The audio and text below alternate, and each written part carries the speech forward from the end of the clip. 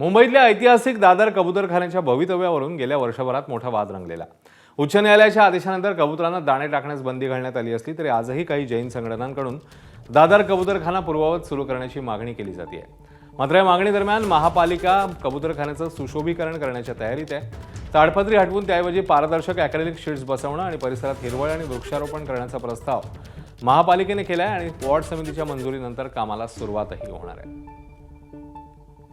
मी सध्या दादर मधल्या कबूतरखान्यापाशी उभा आहे। याच कबूतरखान्यावरून काही दिवसांपूर्वी एक वाद रंगला होता। या ठिकाणी महानगरपालिकेने कारवाई केली होती। अजून देखील ती कारवाई कायम आहे आणि या ठिकाणी ताडपत्री लावून हा संपूर्ण कबूतरखाना हा बंद करण्यात आला होता। पण आता महानगरपालिकेने एक नवीन प्रस्ताव तयार केला आहे आणि या ठिकाणी आता ब्युटिफिकेशनचं काम हे करण्यात येणार आहे। हा प्रस्ताव हा तयार झाला आहे। हा थोड्या दिवसातच वॉर्ड स्तरावरती हा मंजुरी देखील या प्रस्तावाला मिळेल। या ठिकाणी ब्युटिफिकेशन संपूर्णपणे करणार आहेत। या ठिकाणी कशा प्रकारे झाडं लावता येतील, त्यासोबत वेगवेगळ्या प्रतिमा इकडे निर्माण करता येतील, अशा प्रकारे संपूर्णपणे या कबूतरखान्याचा आता कायापलट हा लवकरच होणार आहे। या कबूतरखान्यावरून एक मोठा वाद रंगला होता। या ठिकाणी महानगरपालिका आणि काही नागरिकांमध्ये संघर्ष देखील आपल्याला पाहायला मिळाला होता। पण काही दिवस उलटल्यानंतर आता महानगरपालिकेने एक प्रस्ताव तयार केला आहे आणि या ठिकाणी आता सुशोभीकरणाचं